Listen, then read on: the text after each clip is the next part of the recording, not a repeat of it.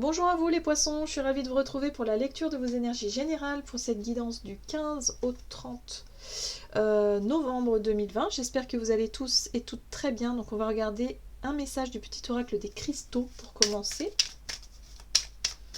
Donc je rappelle que c'est une guidance générale, que ça ne parlera pas forcément à tout le monde. Prenez vraiment ce qui résonne et ce qui vous parle à vous.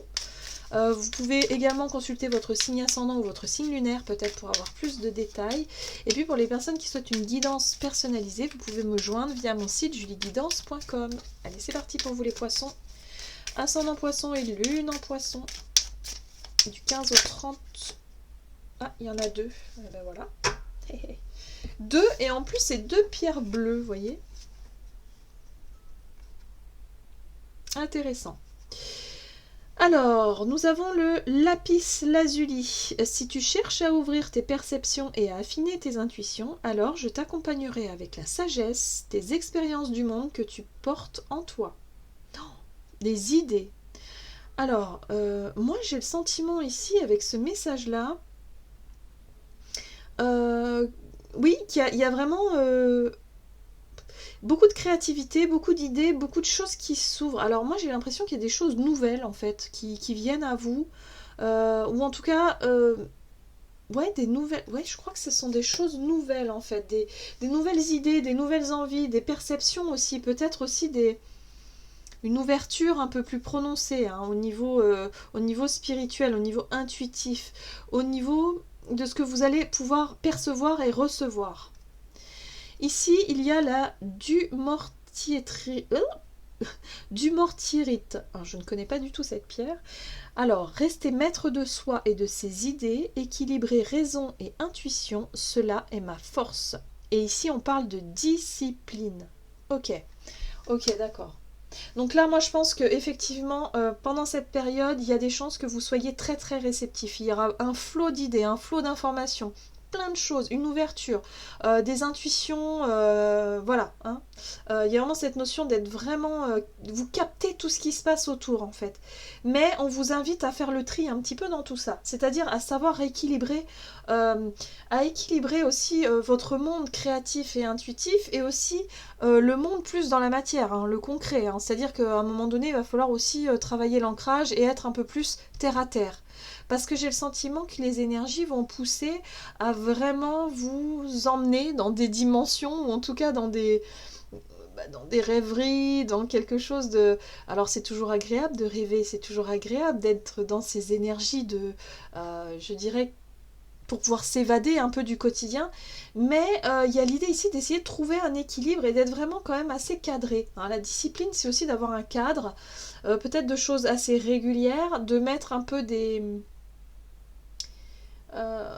vous faire des plannings, des listes ou des trucs comme ça pour éviter d'oublier des choses. Parce qu'on peut, là, avec cette énergie d'intuition, enfin d'être vraiment dans les nuages un petit peu, hein, il y a l'idée de manquer d'être moins attentif et attentive et du coup attention. Hein. Parfois quand on est un petit peu trop dans les nuages, bah, on fait des erreurs ou on peut avoir des accidents ou on peut... Enfin vous voyez, donc là on nous invite vraiment à quand même avoir un certain cadre et si vous voulez trouver un équilibre, parce que c'est très bien d'être très réceptif, d'être très...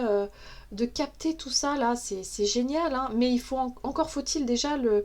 Euh, s'en servir à bon escient, c'est-à-dire à contrôler un petit peu tout ça de façon à justement prendre ce qui est utile pour vous et en même temps voilà, garder les pieds sur terre. Oh, ça va être un peu compliqué, je crois. Voilà, hein, à trouver vraiment l'équilibre par rapport à ça. Ok, on va voir avec la sagesse de l'oracle. Qu'est-ce qu'on vous dit ici pour vous les poissons, ascendant poisson et lune en poisson, du 15 au 30 novembre. On vous parle ici de régénération, de renaissance. Pour certains, vous revenez de loin, j'ai le sentiment. Vous avez traversé des situations difficiles. Euh, alors, que ce soit au niveau émotionnel, matériel, peu importe. Enfin bref, vous avez... j'ai vraiment le sentiment que pour certains, vous avez traversé vraiment des périodes difficiles. Et là, vous êtes sur un renouveau.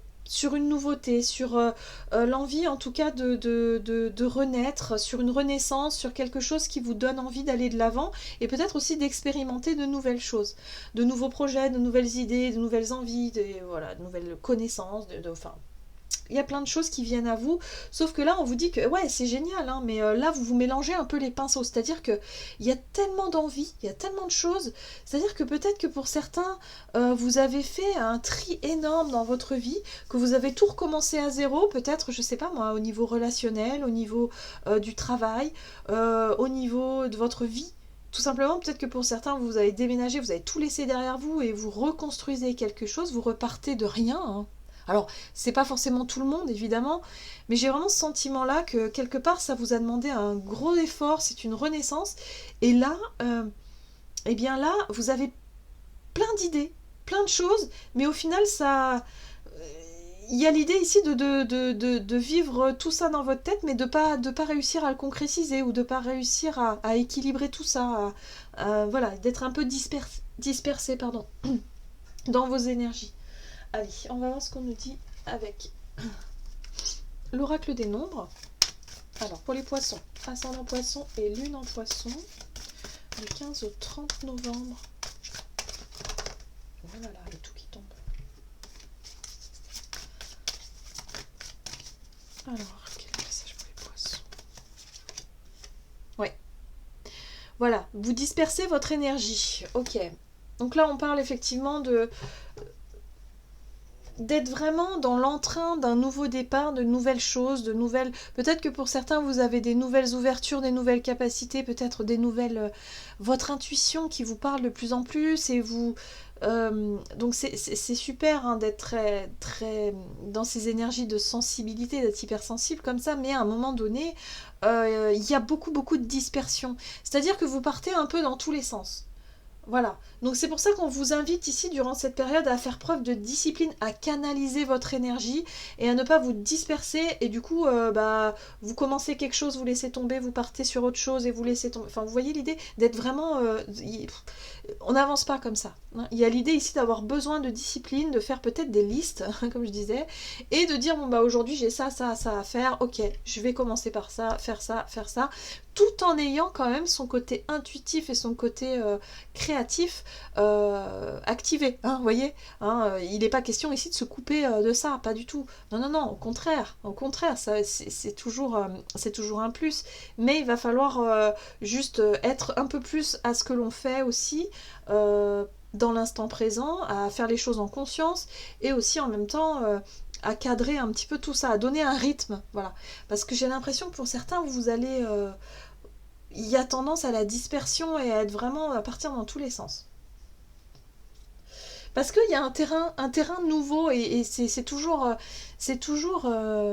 enfin, c'est toujours passionnant quand on découvre peut-être quelque chose de nouveau. On a envie de tout savoir, hein, de tout voir, de tout comprendre, de tout. Mais on risque de partir dans tous les sens. Bon, ok. Allez, on va voir maintenant avec la sagesse d'Avalon. Qu'est-ce qu'on nous dit ici? Pour les poissons, ascendant poisson, lune en poisson, du 15 au 30 novembre. Ah, les contraintes. Les contraintes, ouais. Donc moi j'ai le sentiment ici que pour vous les contraintes c'est la discipline en fait. Parce qu'il va falloir que vous vous obligiez à mettre des règles, à mettre des barrières, des limites, parce que sinon vous allez partir dans tous les sens. Et j'ai le sentiment ici que pour certains ça peut être des contraintes en fait pour vous. Le fait d'être de vous je sais pas, par exemple de vous mettre un réveil le matin pour les personnes en tout cas qui par exemple qui travaillent chez eux, qui font du télétravail ou qui font je sais pas moi un travail à la maison, Peut-être que vous êtes des personnes qui aiment bien faire les choses, je dirais intuitivement, de vous laisser guider, de vous laisser porter. Là, non. Là, on vous invite à mettre un réveil, du coup. À vraiment à vous faire des listes et à vous dire, ok. Mais pour vous, c'est des contraintes. Hein. J'ai bien le sentiment que c'est quelque chose qui ne vous plaît pas. Vous aimez pas hein, les contraintes. Hein. Bon, personne n'aime ça. Hein. Mais c'est vrai qu'il y a des signes qui sont plus qui vont faire les choses plus facilement, qui vont accepter les contraintes beaucoup plus facilement que d'autres. Et là, j'ai le sentiment que vous, là, pour cette période, les contraintes, vous en avez un petit peu ras-le-bol, et c'est pas quelque chose qui vous plaît. Voilà. C'est pas quelque chose, en tout cas, qui vous parle. Et là, on vous invite pourtant à cadrer, hein, à cadrer quelque chose. C'est important. C'est vraiment important. Hein. Ok. Bon. On va voir avec l'oracle mission de vie ici, au niveau de votre énergie d'action et activité pour cette période du 15 au 30 novembre. Ok, on vous parle ici de protection. Alors, faire un peu de place. Alors, la protection. Se sentir bien, se sentir protégé, se sentir rassuré aussi. Il y a l'idée ici de moi, j'ai l'impression que pour certains, vous êtes vraiment dans votre bulle énergétique. Je sais pas. Vous cherchez à vous protéger de peut-être du monde extérieur, peut-être effectivement de quelque chose qui vous a fait souffrir, peut-être émotionnellement aussi. Vous vous êtes mis une carapace. Hein. Y a l'idée ici de se reconstruire, hein, d'avoir traversé des choses très difficiles et d'être sur un élan de reconstruction, d'avoir beaucoup d'idées, beaucoup d'envie, ça part un peu dans tous les sens, mais quelque part peut-être que pour certains, vous êtes encore sur la réserve. Voilà, je sais pas. Ok, on va voir ici avec le tarot Crystal Vision. Qu'est-ce qu'on vous dit ici au niveau de votre énergie d'action? Je pense que pour certains, vous allez rester encore un peu en retrait durant cette période. Voilà, la papesse. Qui vous parle ici d'introspection, le fait d'aller chercher des informations, de travailler aussi peut-être votre développement personnel ou en tout cas votre spiritualité hein, aussi. La papesse, c'est vraiment le fait d'avoir accès à des connaissances. Il y a un côté mystique avec la sagesse. La sagesse, avec la papesse. Il y a vraiment un côté connexion au divin et aller chercher à comprendre l'enseignement, à chercher à connaître, à savoir. Il y a quelque chose de cet ordre-là. Pour moi, avec la carte de la protection, je crois que vous allez faire une sorte d'introspection durant cette période. Vous allez chercher à comprendre, à savoir quelque chose d'important pour vous. Yes, le jugement. On est sur une renaissance, on est sur un renouveau, on est sur une prise de conscience même. C'est très spirituel, hein, vraiment. Ouais. Vous allez consacrer votre temps ou en tout cas une grande partie de votre temps et de votre énergie, à travailler ici sur quelque chose d'un peu mystique ou à travailler sur quelque chose, sur des perceptions que vous avez à l'intérieur de vous, sur votre intuition, la sagesse intérieure, sur quelque chose qui vous appelle. Pour moi, c'est quelque chose que vous avez attendu aussi.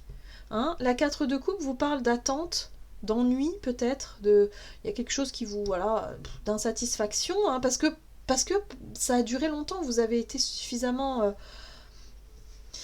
dans une forme d'insatisfaction émotionnelle et personnelle, peut-être même intime, et du coup vous cherchez à comprendre ou à connaître ou à savoir qui vous êtes et ce pourquoi vous êtes fait et pourquoi, par exemple, hein, pourquoi... Ouais, ce que vous pourriez faire qui vous remplisse vraiment de joie et de bonheur. Vous voyez vraiment cette notion-là. On a la mort en dos de deck hein, qui nous parle effectivement d'une fin de cycle. Il y a quelque chose qui s'est terminé ici. Il y a quelque chose qui s'est terminé et qui quelque part ne vous a pas forcément... ne vous a pas vraiment fait plaisir. Mais là j'ai le sentiment que c'est peut-être aussi... ce sentiment d'attente, le fait d'avoir attendu quelque chose, d'avoir été dans un sentiment de mécontentement, de déception, d'ennui, de quelque chose qui vous tracassait, c'est la fin. c'est la fin de ça. Parce que là, on est sur un réveil, sur un nouveau départ, sur une nouvelle énergie. On est sur une nouvelle énergie ici qui va nous permettre d'en savoir un peu plus sur qui nous sommes, le pourquoi du comment, et se sentir peut-être rassuré aussi. Il y a cette notion de se sentir plus rassuré, de se sentir protégé justement. Et du coup, sortir des contraintes. Peut-être les contraintes, c'était les attentes qu'on se mettait. Qu'on disait, ouais, mais moi j'attends qu'une chose, c'est ça, ça, ça. Ben oui, mais quand on attend, il se passe rien et puis on est frustré. Quelque part, on nourrit une espèce de frustration, peut-être une colère même pour certains, et du coup une insatisfaction, ça c'est sûr, parce qu'on voit que les contraintes. Et on n'arrive plus à sortir de finalement le côté positif de la situation qui nous permet justement de travailler sur soi et de vraiment comprendre certaines choses qui viennent de soi. Alors je sais pas exactement, c'est pas très précis hein, sur quel domaine est-ce qu'on est. Pour moi, j'ai le sentiment qu'on est sur le développement intérieur, personnel, intime. Il y a quelque chose de cet ordre-là. On a des coupes, et puis on a quand même le jugement, la papesse. On voit ce sont des anges, c'est quelque chose qui a un attrait à la spiritualité quand même, j'ai le sentiment. Hein. Donc pour certains, on est vraiment là-dessus. Hein. Puis on voit qu'on a, avec le lapis lazuli, une espèce d'ouverture comme ça. On va avoir beaucoup de perceptions, d'idées nouvelles, de choses qui arrivent. Et puis en même temps, on vous invite à mettre des barrières, à être vraiment dans la discipline et à suivre aussi un rythme, qui est important.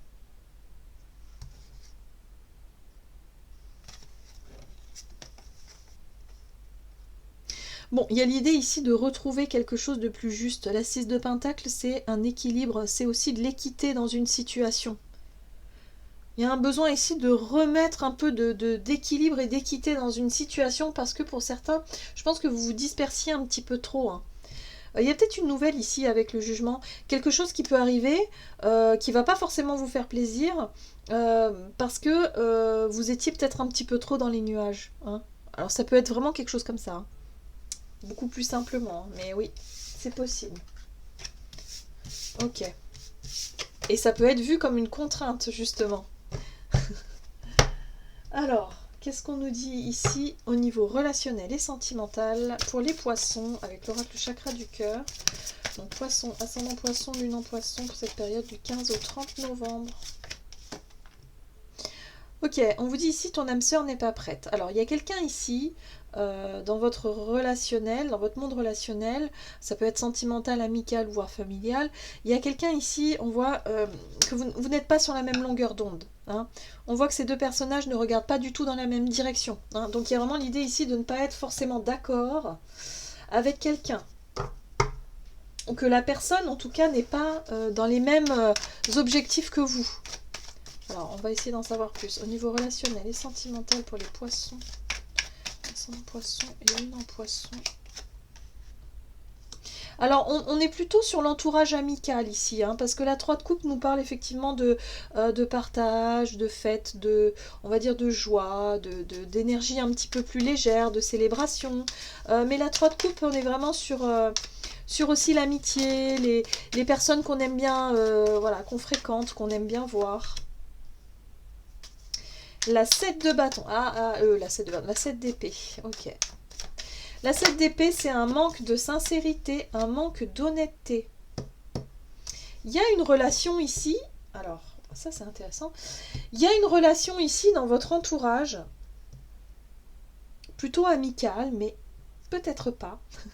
Mais il y a une relation ici qui... en tout cas, il y a une personne dans votre entourage avec qui vous... alors, soit vous avez un attachement particulier, quelque chose ici il y a une tentation pour moi ici. Il y a quelque chose, il y a l'idée d'être tenté par quelqu'un dans votre entourage, mais ça manque d'honnêteté. Hein, la 7 d'épée, c'est vraiment une énergie qui n'est pas franche, qui n'est pas claire, qui n'est pas assumée peut-être aussi. Ça peut être l'idée de se tromper.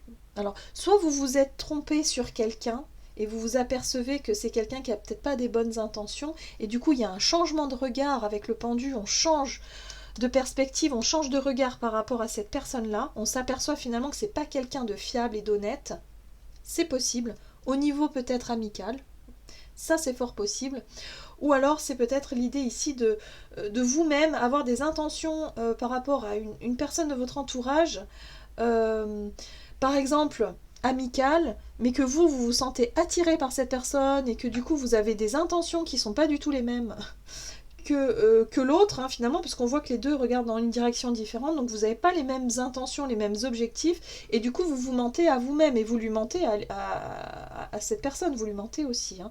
Donc il y a cette notion ici de profiter d'un temps de blocage, d'un temps suspendu comme ça pour essayer d'y voir plus clair. Parce que là, il y a quelque chose qui n'est pas honnête, qui n'est pas sain, qui n'est pas franc.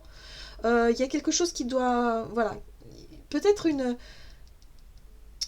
relation ici qui n'est pas saine finalement. Voilà, qui n'est pas saine. Il y a un besoin en tout cas de reconsidérer une relation ici, de revoir quelque chose. La reine de coupe ici vous parle de votre sensibilité, de votre capacité à faire preuve de compassion, de gentillesse, de bienveillance par rapport à cette personne-là. Peut-être que c'est une personne qui peut abuser aussi de votre gentillesse. Hein, avec la 7 d'épée, on peut être sur quelqu'un justement qui abuse un petit peu. Hein, quelqu'un qui peut être attaché à vous par rapport à ça aussi. Hein. Voilà, bref, voyez vraiment, il y a une relation en tout cas qui demande à être considérée ici.